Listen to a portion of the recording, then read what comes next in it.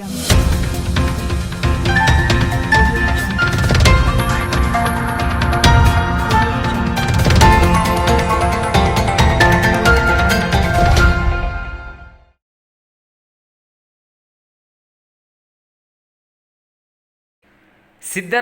Muslim ಓಲೈಕೆಯಿಂದ ಹಿಂದುಳಿದ ವರ್ಗದವರಿಗೆ ಅನ್ಯಾಯ, ಸದಾನಂದ ಭಟ್ ಆರೋಪ.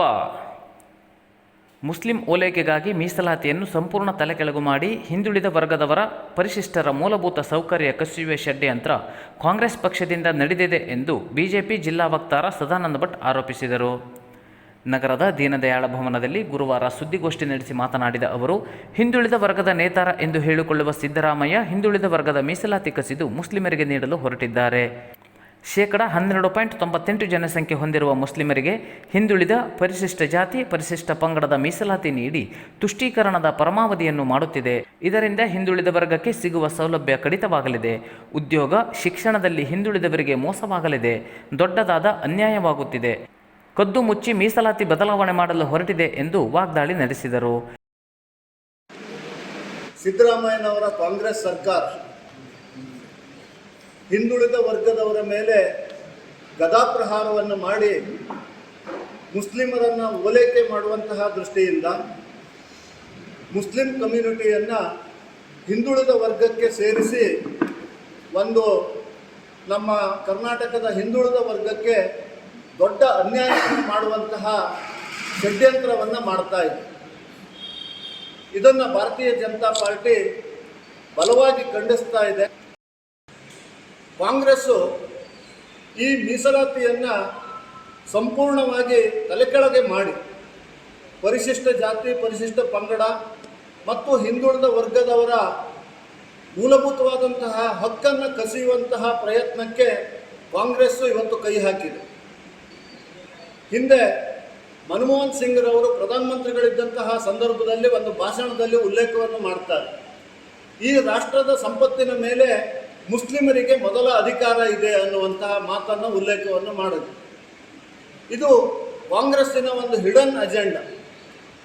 ಅದರ ಮುಖಾಂತರವಾಗಿ ಆಂಧ್ರ ಪ್ರದೇಶದೊಳಗೆ ಮೀಸಲಾತಿಯನ್ನು ಮುಸ್ಲಿಮರಿಗೆ OBC ಕೋಟಾದಡಿಯಲ್ಲಿ ತಂದು ಮುಸ್ಲಿಮರಿಗೆ ಮೀಸಲಾತಿಯನ್ನು ಕೊಡುವಂತಹ ಒಂದು ಧರ್ಮದ ಆಧಾರದ ಮೇಲೆ ಮೀಸಲಾತಿಯನ್ನು ಕೊಡುವಂತಹ ಪ್ರಯತ್ನವನ್ನು ಮಾಡಿದರು. ನಂತರದೊಳಗೆ ಇದು ಸುಪ್ರೀಂ ಕೋರ್ಟ್ನೊಳಗೆ ಚಾಲೆಂಜ್ ಆಗಿ ಸುಪ್ರೀಂ ಕೋರ್ಟ್ನೊಳಗೆ ಆ ಸಂವಿಧಾನವನ್ನು ಅನುಗುಣವಾಗಿ ಧರ್ಮ ಆಧಾರಿತವಾಗಿ ಮೀಸಲಾತಿಯನ್ನು ನೀಡೋದಕ್ಕೆ ಸಾಧ್ಯ ಇಲ್ಲ ಅನ್ನುವಂತಹ ತೀರ್ಪುಗಳು ಬಂದ ಮೇಲೆ ಈ ಪ್ರಯತ್ನಕ್ಕೆ ಸ್ವಲ್ಪ ಹಿನ್ನಡೆಯಾಯಿತು. ಆದರೆ ಇವತ್ತು ತಾನು ಅಹಿಂದ ಹಿಂದುಳಿದ ವರ್ಗದ ನೇತಾರ ಅಂತ ಹೇಳಿಕೊಳ್ಳುವಂತಹ ನಮ್ಮ ಮುಖ್ಯಮಂತ್ರಿಗಳಾದಂತಹ ಸಿದ್ದರಾಮಯ್ಯನವರು ಕರ್ನಾಟಕದೊಳಗೆ ಮುಸ್ಲಿಮರನ್ನು OBC ಕೋಟಾಕ್ಕೆ ಸೇರಿಸಿ ನಮ್ಮ ಕರ್ನಾಟಕದಲ್ಲಿರುವಂತಹ ಪರಿಶಿಷ್ಟ ಜಾತಿ ಪರಿಶಿಷ್ಟ ಪಂಗಡ ಮತ್ತು ಹಿಂದುಳಿದ ವರ್ಗದ ಉದ್ಯೋಗ ಮತ್ತು ಶಿಕ್ಷಣದಲ್ಲಿನ ಮೀಸಲಾತಿಯನ್ನು ಕಸಿದು ಇವತ್ತು ಮುಸ್ಲಿಮರಿಗೆ ನೀಡುವಂತಹ. ಈ ಸಂದರ್ಭದಲ್ಲಿ ಬಿಜೆಪಿ ಯುವ ಮೋರ್ಚಾ ಜಿಲ್ಲಾಧ್ಯಕ್ಷ ಪ್ರೇಮಕುಮಾರ್, ಶಿರಸಿ ನಗರ ಘಟಕದ ಅಧ್ಯಕ್ಷ ಆನಂದ ಸಾಲೇರ್, ಶಿರಸಿ ಗ್ರಾಮೀಣ ಘಟಕದ ಅಧ್ಯಕ್ಷೆ ಉಷಾ ಹೆಗಡೆ, ಪ್ರಮುಖರಾದ RV ಹೆಗಡೆ ಚಿಪಗಿ, ನಾಗರಾಜ್ ನಾಯ್ಕ್, ರವಿ ಶೆಟ್ಟಿ ಇತರರು ಇದ್ದರು.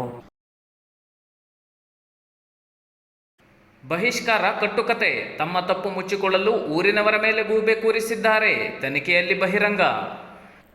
ಶಿರಸಿ ತಾಲೂಕಿನ ದಾಸನಕೊಪ್ಪ ಗ್ರಾಮ ವ್ಯಾಪ್ತಿಯ ಗಣಪತಿ ಈಶ್ವರ ಕಲ್ಮೆಟ್ಟರ್ ಅವರು ಗ್ರಾಮದ ಹಿರಿಯರು ಹಾಗೂ ಮುಖಂಡರು ಸೇರಿ ತಮಗೂ ತಮ್ಮ ಕುಟುಂಬಕ್ಕೂ ಬಹಿಷ್ಕಾರ ಹಾಕಿದ್ದಾಗಿ ಮಾಧ್ಯಮದಲ್ಲಿ ಅಳಲು ತೋಡಿಕೊಂಡಿದ್ದರು.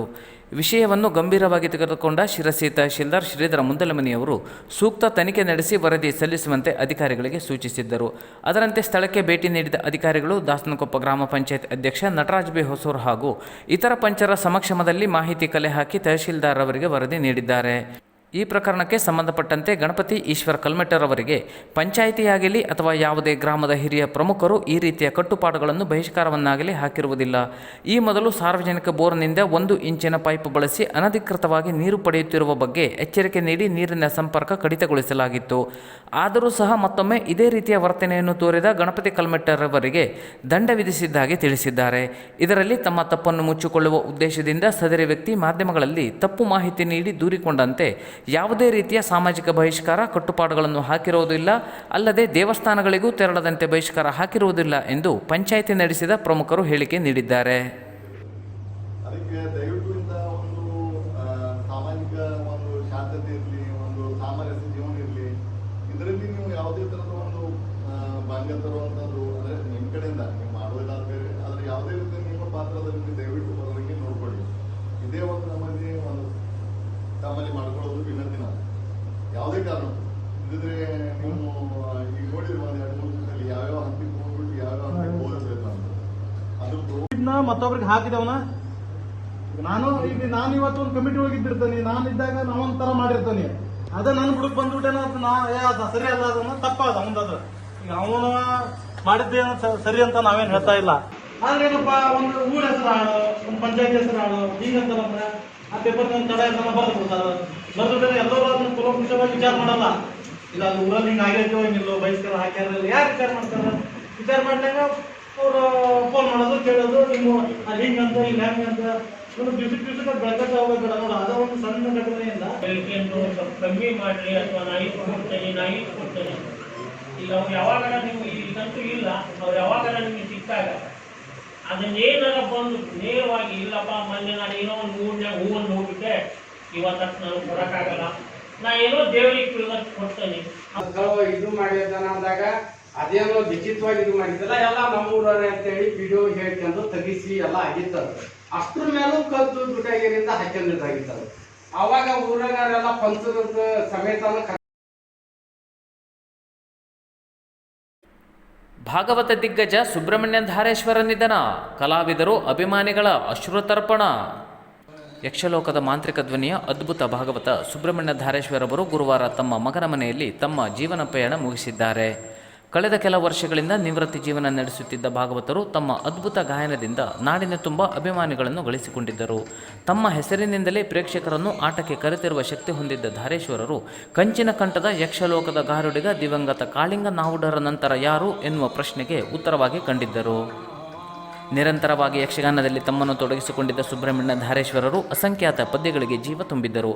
ಭಾಗವತ ಸುಬ್ರಹ್ಮಣ್ಯ ಧಾರೇಶ್ವರವರ ಸಾವಿಗೆ ನಾಡಿನ ಗಣ್ಯರು ಸಂತಾಪ ಸೂಚಿಸಿದ್ದಾರೆ. ಸುಬ್ರಹ್ಮಣ್ಯ ಧಾರೇಶ್ವರವರ ನಿಧನ ಯಕ್ಷಗಾನ ಕಲಾಕ್ಷೇತ್ರಕ್ಕೆ ತುಂಬಲಾರದ ನಷ್ಟವಾಗಿದೆ. ಹಂಗಾರಕಟ್ಟೆ ಯಕ್ಷಗಾನ ಕೇಂದ್ರ ಭಾಗವತಿಗೆ ತರಬೇತಿಗಳನ್ನು ನೀಡಿ ಯಕ್ಷಗಾನವನ್ನು ಖ್ಯಾತಗೊಳಿಸಲು ಕೊಡುಗೆ ನೀಡಿದ್ದರು. ಅವರ ಕುಟುಂಬಕ್ಕೆ, ಅವರ ಅಭಿಮಾನಿಗಳಿಗೆ ಅವರ ಅಗಲುವಿಕೆಯ ದುಃಖ ಭರಿಸುವ ಶಕ್ತಿ ನೀಡಲಿ ಎಂದು ಮಾಜಿ ಸಚಿವ ವಿಶ್ವೇಶ್ವರ ಹೆಗಡೆ ಕಾಗೇರಿ ತಮ್ಮ ಸಂತಾಪದಲ್ಲಿ ತಿಳಿಸಿದ್ದಾರೆ.